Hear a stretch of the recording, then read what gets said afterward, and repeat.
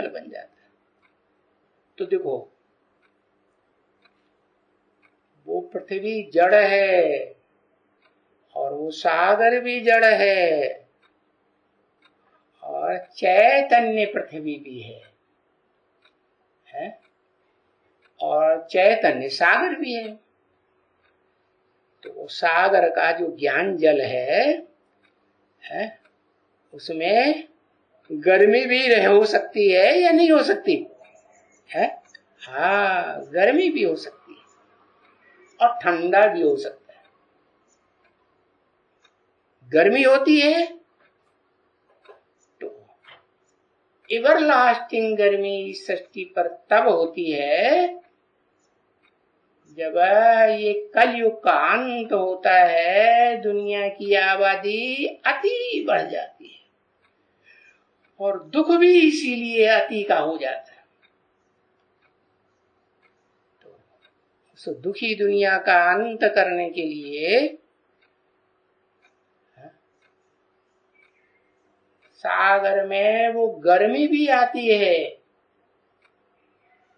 जिस गर्मी के कारण उस सागर का जल जो है वो बॉइल्ड वाटर बनेगा या नहीं बनेगा? कैसे? एक तरफ पृथ्वी में से गर्मी निकलती है, लावा निकलता है, भूकंप के ऊपर भूकंप आते रहते हैं। दूसरी तरफ है ये दुनिया के जो मनुष्य है ना, वो इतने तामसी बन जाते हैं, दुखदाई बन जाते हैं कि वो दुनिया के मनुष्यों की और धर्मों की जनरेशन को खलास करने के लिए ऐसी एनर्जी तैयार करते हैं जिसे कहते हैं एटॉमिक एनर्जी। तो एक तरफ एटॉमिक एनर्जी फटती है तो क्या अंजाम होगा? सागर का जल गर्म होगा या नहीं होगा? ये मनुष्यों का उपक्रम हुआ। ऐसे ही जिसे कुदरत कहा जाता है। क्या कुदरत किसे कहते हैं? पृथ्वी, जल, वायु, अग्नि, आकाश, इनको शास्त्रों में देवता भी कहा है। वो पृथ्वी, जल, वायु, अग्नि, आकाश जड़ है और तुम बच्चे हो, उनका उदाहरण देने के लिए चैतन्य पृथ्वी, जल, वायु, अग्नि, आकाश के रूप में पार्ट बजाने वाली आत्मा है। तो ये सब तामसी बनती है और तामसी मनुष्यों की दुनिया का खलासा करने के लिए तामसी बनती है। इन सबका भंडार पृथ्वी में है। क्या पृथ्वी में? पृथ्वी के पेट में जल भी है मिट्टी भी है। पृथ्वी माने मिट्टी, वायु भी है, अग्नि भी है, आकाश भी है। अभी बताया ना, पृथ्वी के गर्भ में है आग का भंडार भरा पड़ा है। तो जो चैतन्य पृथ्वी है उसके अंदर भी आग का भंडार होगा या नहीं होगा? उसे कहते हैं अग्निदेव। और वो अग्निदेव आग उगलता है। किस रूप में? भगवान बाप जब आते हैं तो दो प्रकार का पाठ बजाते हैं। एक माता के रूप में और दूसरा बाप के रूप में। माता शांत स्वभाव की होती है, सौम्य स्वभाव की होती है, सहन शक्ति वाली होती है। होती है कि नहीं? हाँ, नहीं होगी तो बच्चों की पालना कौन करेगा? लेकिन उन बच्चों में सब एक जैसे होते हैं क्या? है?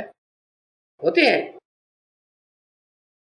अरे पृथ्वी पर जितने भी मनुष्य मात्र हैं वो सब पृथ्वी माता के बच्चे हैं ना। सब एक जैसे स्वभाव संस्कार के हैं? नहीं है। तो जो दुष्ट स्वभाव संस्कार वाले हैं और वो माँ के समझाने पर भी कितना भी समझाए और माँ उनको सुधारने के लिए कितना भी सहन करे, लेकिन वो सुधरते ही नहीं। तो फिर बाप को अपना विकराल रूप धारण करना पड़ता है। क्या विकराल रूप धारण करना? बाप का है, बाप के दो रूप हैं। एक रूप वो है जिसमें सबको समय लेता है और एक रूप वो है जिसमें सबका सामना कर सकता है। तो जैसे इसे दुनिया में है सबसे जास्ती विनाश होता है पृथ्वी के भूकंपों से। तो सबसे जास्ती विनाशकारी कौन साबित हुई? मनुष्यों की जनरेशन का। पृथ्वी या सागर है?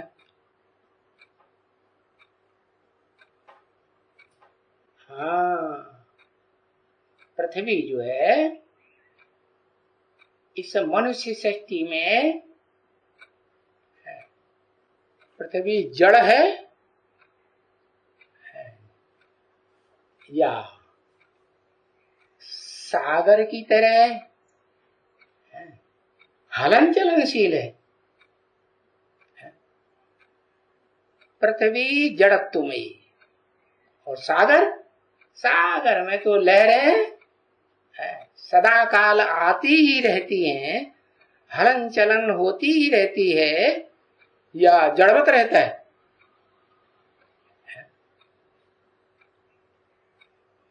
जैसे बताया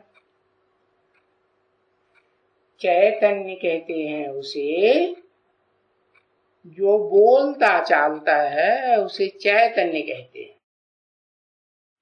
और जो बोलता भी नहीं चालता भी नहीं आवाज भी नहीं करता उसे जड़ कहते हैं। तो ये पृथ्वी जो है बोलती तो है और ऐसी बात बोलती है, ऐसी भाषा बोलती है भूकंपों की भाषा। जिन भूकंपों में सारी दुनिया डूल जाती और सारी दुनिया के जो मनुष्य मात्र हैं जो सुधरने से भी नहीं सुधरते, जैसे गांठ बांध रखी है। क्या गांठ बांध रखी है कि हम नहीं सुधरेंगे, चाहे ब्रह्मा भी उतर आए, चाहे भगवान भी उतर आए, लेकिन हम सुधरने वाले नहीं। तो ऐसे अनसुधरलों को पृथ्वी क्या करती है? जो भूकंप लाती है उसमें सब दब करके मकानों में सब खलास हो जाते। फिर कोई बचते हैं या नहीं बचते हैं? वो बचते हैं जो सुधरने लायक हैं, जिनके लिए बताया कि हर धर्म में अच्छी और बुरी आत्माएं होती है कि नहीं? है? हाँ, अच्छे बुरे तो हर जगह होते ही। देखो हाथ है, इसमें 5 उंगलियां एक जैसी हैं? नहीं है ना। हाँ? तो ऐसे ही जब भगवान वापिस सृष्टि पर आते हैं, तो वो आकर के ये दो चैतन्य आत्माओं को चुनते हैं, एक धरणी माता और एक ज्ञान का सागर, एक हीरो पार्टधारी और दूसरा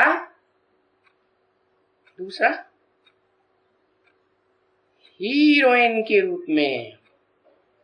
लेकिन वो हीरोइन जो है उसके दो रूप हैं, एक जड़त्वमयी और एक शुद्ध चैतन्य आत्मा। इसलिए शास्त्रों में भी लिखा हुआ है कि परम पुरुष उसकी परम शक्तियां हैं, दो हैं, एक है पराशक्ति और एक है अपरा प्रकृति। तो ये जो पृथ्वी है वो अपरा है, नीची है। अपरा माने नीची और परा माने परे ते परे स्टेज में रहने वाली। इस मनुष्य सृष्टि रूपी रंगमंच पर जो परे ते परे पार्ट बजाने वाली है शक्ति, उसको कहते हैं परम ब्रह्म चैतन्य या जड़त्वमयी बुद्धि वाली है। कैसी? हाँ, चैतन्य है। तो जानते हैं कि ज्यादा ताकत किसमें होती है? सुधर कौन सकता है? और जो सुधर ही नहीं सकता है समझाने से, वो तो जड़त्वमयी बुद्धि है। तो बताया इस दुनिया में जो जड़त्वमयी बुद्धि वाली आत्माएं हैं और धर्मों की, इस्लामी, बौद्धिक, क्रिश्चियंस के अपने अपने धर्म के जो पक्के, जिनमें ऐसी थर्ड क्लास आत्माएं हैं जो समझाने से भी सुधरती ही नहीं। माँ कितना भी सहन करे उनके साथ सुधारने के लिए, लेकिन वो नहीं सुधरती, तो वो माँ को ही सौंपा जाता है। बाप आते हैं, वो अपरा जो प्रकृति कही जाती है, पृथ्वी धरणी माता, जिसमें पांचों तत्वों का समावेश है। जड़ तत्व माने 5 प्रकार के चैतन्य देवताएं हैं। वो 5 प्रकार के चैतन्य देवताएं हैं उस पृथ्वी के अंडर दी कंट्रोल में रहते। परंतु जब पृथ्वी जड़जड़ीभूत बनती है, तब वो 5 देवताएं जड़जड़ीभूत बन जाते हैं। और पृथ्वी का फिर काम के आधार पर नाम पड़ता है मंदोदरी। उदर माने पेट, बुद्धि रूपी पेट। कैसा बुद्धि रूपी पेट है? जड़त्वमयी बुद्धि रूपी पेट। तो इस दुनिया की जो जड़त्वमयी आत्माएं हैं, जड़जड़ीभूत बुद्धि वाली है, उनको ठिकाने लगाने के लिए वो धरणी माता अपरा प्रकृति वो विकराल रूप धारण करती है और इस दुनिया के जो न सुधरने वाले गांठ बांध कर जिन्होंने रखा है कि हम नहीं सुधरेंगे, नहीं सुधरेंगे, उनको क्या करती है? उनको खांडे से गर्दन उड़ाए देती है महाकाली के रूप में, या रहने देती? मार देती या जिंदा रहने देती? मार देती है। हद में मार देना होता है शरीर से। और बाप जब आते हैं तो बेहद की दुनिया रचते हैं। तो बेहद में मार देना क्या हुआ? क्या हुआ? है? वेद में मार देना माने हाँ, जो आत्माएं निश्चय धारण करती हैं ज्ञान लेकर के कि हमें भगवान बाप मिल गया, ट्रुथ गॉड फादर मिल गया, गॉड इज वन मिल गया, उनका निश्चय उखड़ जाता है और वो सब इस संसार से जैसे कि पलायन कर जाती। कहा? क्योंकि सभी मनुष्य मात्र की आत्माएं तो चैतन्य है ना, तो कहां जाएंगी? बिगड़े स्वभाव संस्कार की है तो कहां जाएंगी? शांति में जाकर बैठती। हड़कंप मचाना बंद हो जाता है। कहां बैठती हैं? उनका सामान्य धाम है क्या? कौन सा? परम धाम जिसे कहा जाता है, अंग्रेज लोग उसे कहते हैं सुप्रीम एबोर्ड, सोल वर्ल्ड। मुसलमान कहते हैं अर्श है। कौन सा घर? अल्लाह ताला का घर, खुदा का घर। कौन सा घर खुदा का? वही खुदा जो खुद आता है, बुलाने से नहीं आता है। मुसलमान कितनी नमाज पढ़ते हैं ऊपर को मुंह करके, आता है? हिंदू कितने कीर्तन करते हैं, कितनी स्तुतियां करते हैं, आता है? नहीं आता। जब उसे आना होता है तो उसे पता है कि इस दुनिया में कब ये दुनिया तमो प्रधान स्टेज को पाती है, तो वो तो बता दिया। जब कलाहीन दुनिया हो जाती है, कला काया चट, कोई गुण नहीं रहता, लोग गाने लगते हैं मुझ निर्गुण आरे में कोई गुण नहीं। कौन गाते हैं?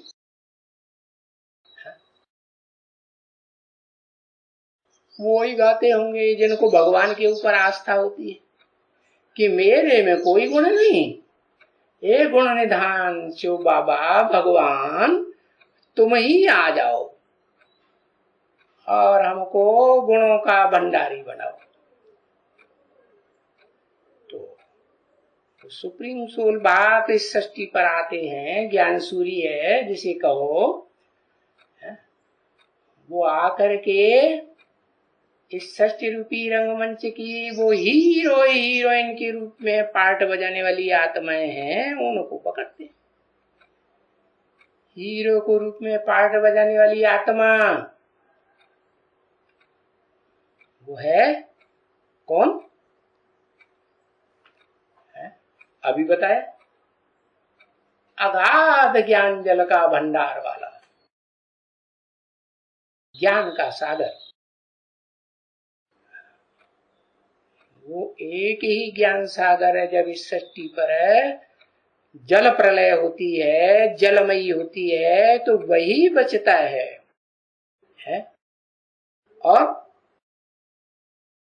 और उस जल प्रलय में वो चैतन्य ज्ञान सागर जो बचता है, वो ज्ञान को धारण करता होगा या नहीं करता होगा? ज्ञान को धारण करने वाला भी है। उसके भी दो रूप हैं। क्या? एक चैतन्य आत्मा और दूसरा जड़ शरीर। तो वो हीरो पार्टधारी जड़ शरीर के साथ इस सृष्टि रूपी रंगमंच पर सदा काल मौजूद रहता है। समझ में आया कि नहीं है? अभी बताया। जड़ तुम्हें पृथ्वी का जो बीज रूप है वो मेरु पर्वत दिखाया और चैतन्य सागर का रूप बताया। तो ये दो बातें हो गई। क्या? जड़त्वमय शरीर को जब तक हम बच्चे बुद्धि से धारण करते हैं कि हम जड़त्वमय शरीर हैं, तो हमारी बुद्धि जड़जड़ीभूत हुई या चैतन्य कहेंगे? जड़जड़ीभूत हुई। तो सुप्रीम सोल आकर के यही बात बताते हैं। बच्चे हैं, जिस बच्चे को पहले पहले हीरो पार्टधारी को बताते हैं, उसकी बुद्धि में पहले बैठता है क्या? कि वो जड़ शरीर भी है, इस षष्ठी रूपी रंगमंच पर सदाकाल मौजूद रहने वाला, और उस जड़ शरीर में चैतन्य आत्मा भी है। फिर अंतर क्या पड़ता है? अंतर ये पड़ता है कि वो चैतन्य आत्मा अपने को चैतन्य आत्मा के रूप में एकाग्र कर लेती है, और जड़ शरीर को भूल जाती है या याद रखती है? भूल जाती है। ऐसी प्रैक्टिस करने के लिए बाप रास्ता भी बताते हैं। क्या है? ये जड़जड़ीभूत शरीर जो है वो भी बना रहे, लेकिन आत्मा भी बनी रहे। लेकिन इस षष्ठी रूपी रंगमंच पर एक भी मनुष्य मात्र ऐसा नहीं है, एक भी प्राणी मात्र ऐसा नहीं है जिसका शरीर भी बना रहे और आत्मा भी बनी रहे। है कोई? शास्त्रों में भी लिखा हुआ है। क्या है? कि एक ही है आत्मा, जिसे कहते हैं देव देव महादेव। 33 करोड़ देवताओं में बड़े से बड़े देव हैं 3 देव, ब्रह्मा विष्णु शंकर। उन 3 देवताओं में भी ब्रह्मा देव विष्णु देव और उनसे भी बड़ा महादेव, वो एक ही आत्मा शास्त्रों में बताई है, जिसका इस षष्ठी रूपी रंगमंच पर न शरीर खलास होता है और न आत्मा खलास होता है। तो ऐसी क्या युक्ति धारण करता है? जो और सबके प्राणी मात्र के शरीर खत्म हो जाते हैं, लेकिन वो एक आत्मा ऐसी है जिसे देव देव महादेव कहा जाता है, उसका शरीर भी रहता है और आत्मा भी रहती है। क्या युक्ति? युक्ति पता है? वो युक्ति आत्मा धारण कर लेती है, हीरो पार्टधारी वाली आत्मा। क्या युक्ति है? ये दुनिया अब खत्म होने वाली है। जो अनेक धर्मों की दुनिया है, अनेक मत मतांतरों की दुनिया है, वो खलास होने वाली है। और जो अभी बताया, अद्वैत दुनिया आने वाली है। क्या? कैसे अद्वैत? आत्मा का फुल कंट्रोल इस शरीर की इंद्रियों पर हो जाए। 10 इंद्रियां हैं, 5 ज्ञान इंद्रियां, 5 कर्म इंद्रियां, और 10 को कंट्रोल करने वाला है मन। ये 11 इंद्रियों को एकदम वशीभूत करने वाली आत्मा जब ये बुद्धि में धारण कर लेती है, क्या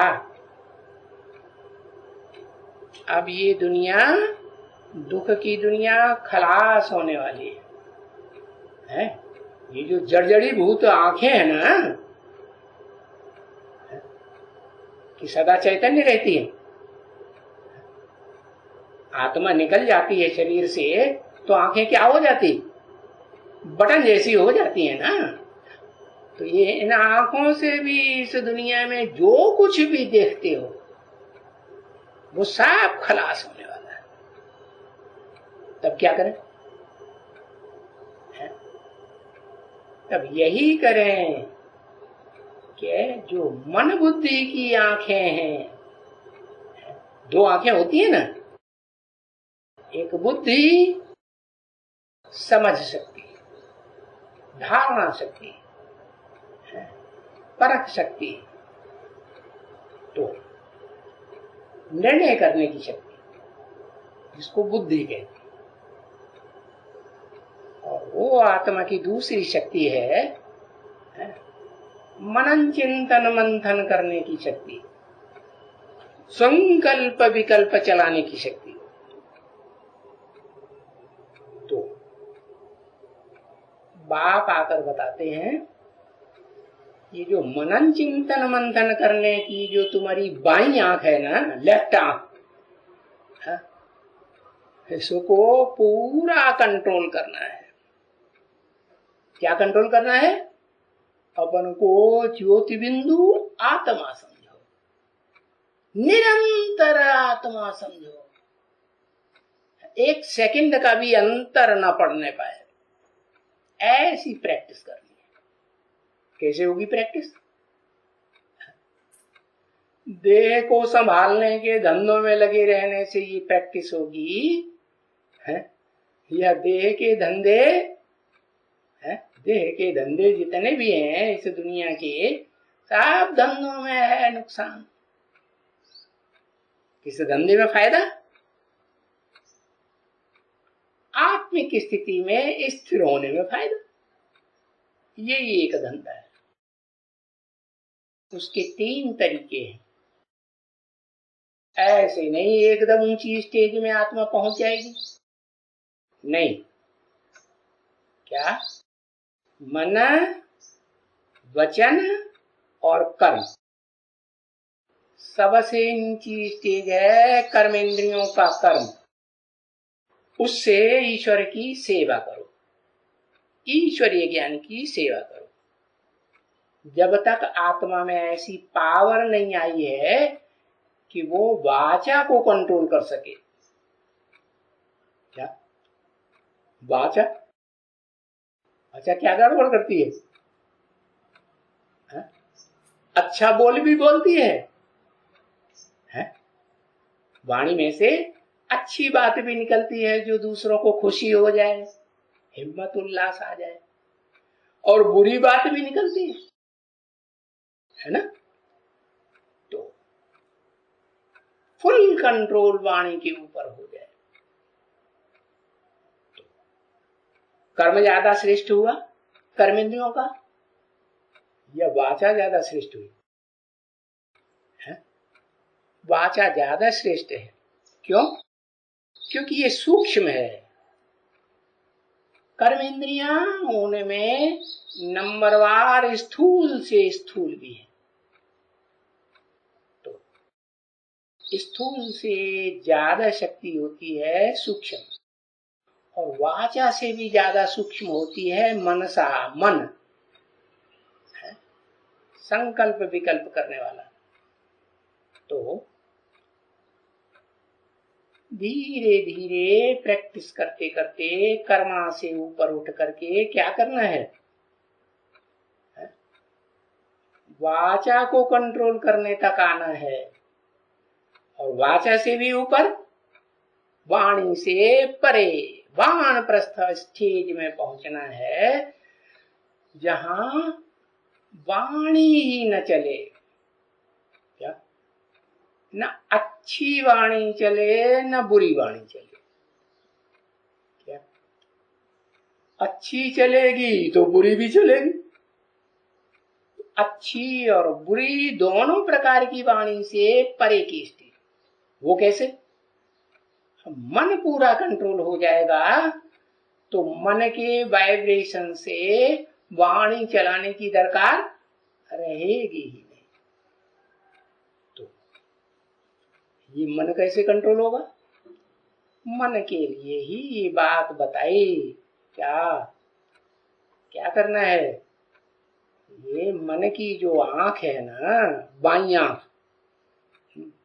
लेफ्टिस्ट आंख, ये मन दुष्ट संकल्प भी करता है और अच्छे संकल्प भी करता है। इन दोनों से परे ले जाने के लिए बाप बताते हैं अपन को, ज्योति बिंदु आत्मा समझो, फुल स्टॉप। न अच्छा संकल्प न बुरा संकल्प। ऐसी प्रैक्टिस कैसे पक्की होगी? वो तब ही पक्की होगी जब ये बुद्धि में बाप की बात बैठ जाए कि ये दुनिया का विनाश सामने खड़ा है। क्या सामने खड़ा है? मन, अरे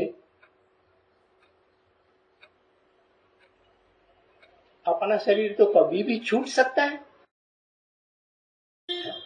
आप हुए तो मर गई दुनिया, विनाश हुआ कि नहीं हुआ? तो सामने खड़ा है वो तो वैसे भी जन्म जन्मांतर सामने खड़ा ही रहता है। मौत, लोग डरते थोड़े ही है, लेकिन ये तो फाइनल मौत होने वाली है। 1 2 4 की नहीं, सारी दुनिया की मौत सामने खड़ी है। सहज सहज समझाने से मानते हैं तो ठीक, नहीं तो लातों की देवी बातों से मानने वाली नहीं। चाहे भगवान भी उतर के आपने सामने आ जाए, मानेगी? नहीं मानती। नहीं मानती तो अंजाम क्या होता है? वो जड़ धरनी माता का क्या अंजाम होता है पता है? अरे नहीं पता? अरे सारी धरनी जलमयी में डूब जाती है। डूबती है नहीं? सागर सागर जो है, ज्ञान का सागर है, वो धरणी माता को डुबो देता है या नहीं डुबोता है? डुबो देता है। क्या बचता है? वही पत्थर बुद्धि। क्या? ब्राह्मण चोटी। जिस चोटी की, ब्राह्मण चोटी के भगवान का जो विराट रूप बनाते हैं उसमें पूजा भी नहीं होती, उस ब्राह्मण चोटी को दिखाते भी नहीं।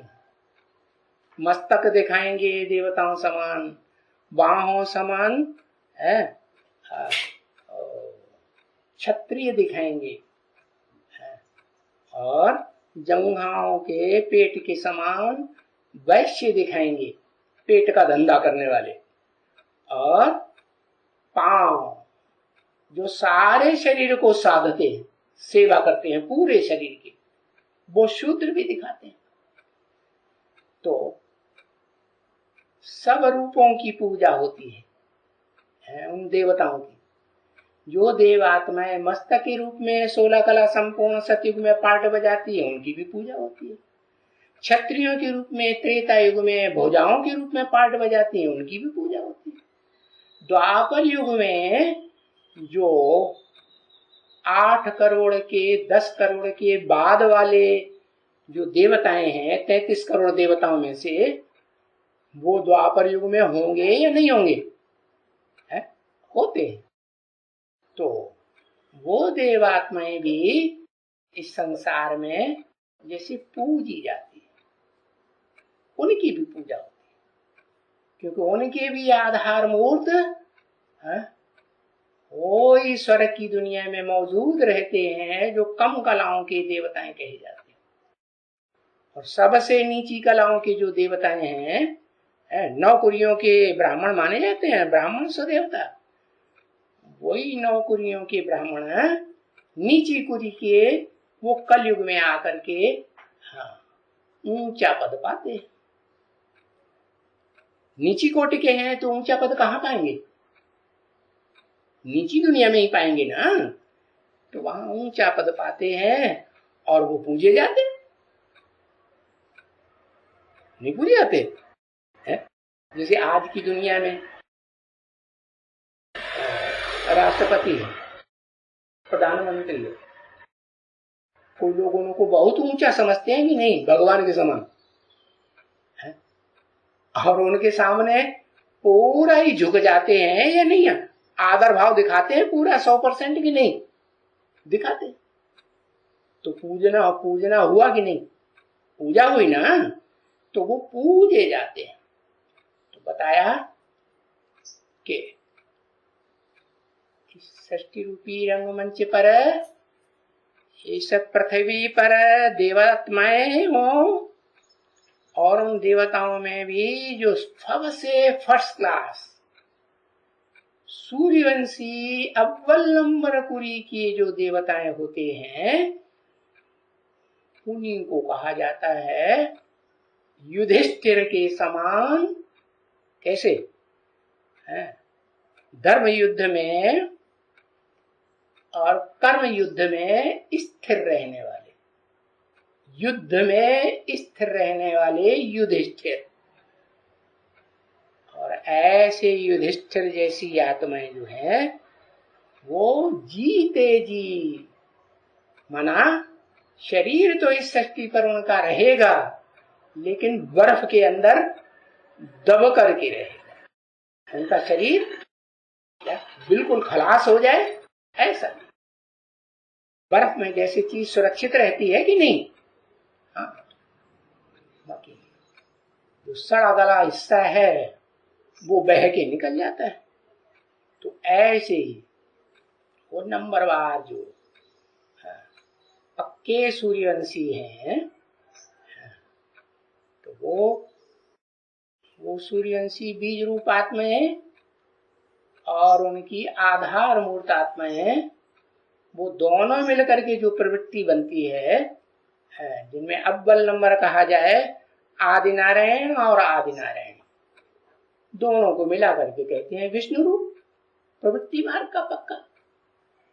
तो उन विष्णु रूप में भी क्या कहा, वो एक ही रूप है, क्या, जिसको कहते हैं ज्ञान सागर है। वो ज्ञान सागर है, इस सृष्टि रूपी रंगमंच पर है।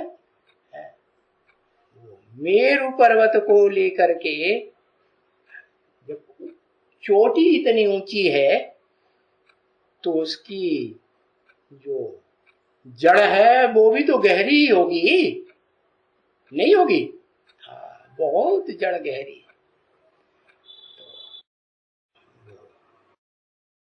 पत्थर बुद्धि वो शरीर और चैतन्य सागर आत्मा, ये दोनों मिलकर के जो सृष्टि रूपी रंगमंच पर है, बीज रूप में देव देव महादेव के रूप में पार्ट बजाने वाली आत्मा है, जिसे विश्वनाथ के रूप में आज भी शिवलिंग के रूप में पूजा जाता है, वो बकाया रहती है। बाकी चाहे लक्ष्मी हो, चाहे महालक्ष्मी पृथ्वी हो, और चाहे सितारे हो, चाहे नक्षत्र हो, चाहे बड़े छोटे पहाड़ हो, नदियां हो, सबके शरीर जो है वो जड़त्व में स्वरूप धारण कर लेते हैं। पृथ्वी में भी दबेंगे तो जड़ ही कहे जाएंगे या चैतन्य कहे जाएंगे? क्या कहे जाएंगे? जड़ ही हुए ना। बाकी एक रूप ऐसा है जो जड़त्व रूप शरीर वाला भी है और चैतन्य रूप सागर का भी है।